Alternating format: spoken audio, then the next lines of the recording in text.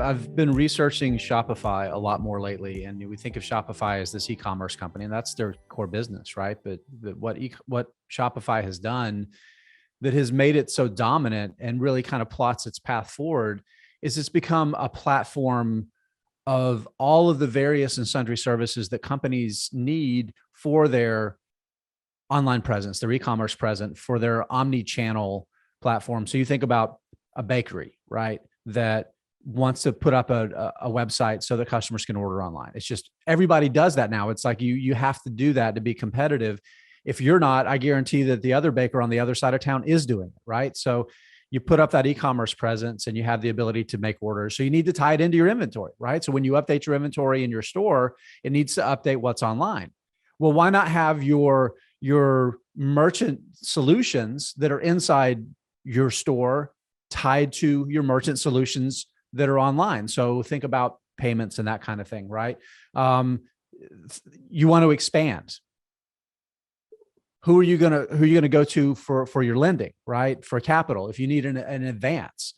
Guess what? Shopify knows so much about its customers that Toby Luca and his team have seen so much opportunity to be more than just the company you go to build your e-commerce platform and have a button to press on to buy. I'm going to share a link here from their third quarter presentation. We should see fourth quarter. I think it's going to come out in the next 2 weeks or so. But here's a couple of areas where Shopify has really grown. So Shopify payments, gross payments volume increased a really impressive 46% in the third quarter. And it was 49% GMV penetration, meaning how much it's being used by its merchants, and merchants are its customers, right? The merchants that use its platform. And then you have Shopify Capital, which increased 56%. So this is a relatively new thing that the company's been doing over the past couple of years, where it's lending to its merchants, cash advances, and also making loans. And you think on the surface, why is Shopify taking on this sort of risk? Now, obviously, it uses financial partners for all this stuff to make sure it's falling within regulatory requirements. But we talk about companies that have a data edge. We talk about Facebook. We talk about Alphabet, Apple. These companies that have this massive amount of data about their users, right? Shopify is in the same position with their merchants, right? They understand their revenue growth.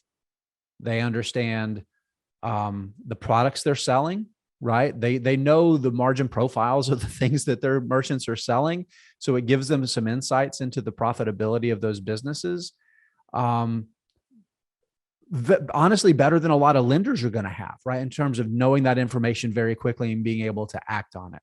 And that is so powerful. That is so powerful for Shopify. And what it also does is it makes its platform that much stickier, right? It's one thing if you use somebody to build a website, right? And you want to change to another provider. But let's say you use that company to build your website, and you're also using them for your merchant solutions. And you also add Shop Pay, which is their like one-click thing that I want. Let's say I'm a buyer, right? I'm a customer, and I set up Shop Pay. One time, I put in the credit card or the debit card or whatever I want to use. I put in my shipping address. It's got my name and all that information. I go to a website and I find something I want to buy, and I see Shop Pay there. I click on it. I don't have to give that merchant my credit card number. I don't have to put in my address. All of that carries over. So it is seamless for the user. And the network effect of that, right? $37 billion since they stood up Shop Pay in 2017, $37 billion in gross merchandise volume, right? So all of those things build network effects, and they build stickiness to the users, to the merchants, because it becomes a more embedded part of their business. If you're using Shopify for your merchant solutions on your website and in your retail stores, that's not easy to replace, right? You may have to, if you want to leave Shopify, you may need 3 or 4 or 5 vendor solutions that you have to bolt together to replace Shopify.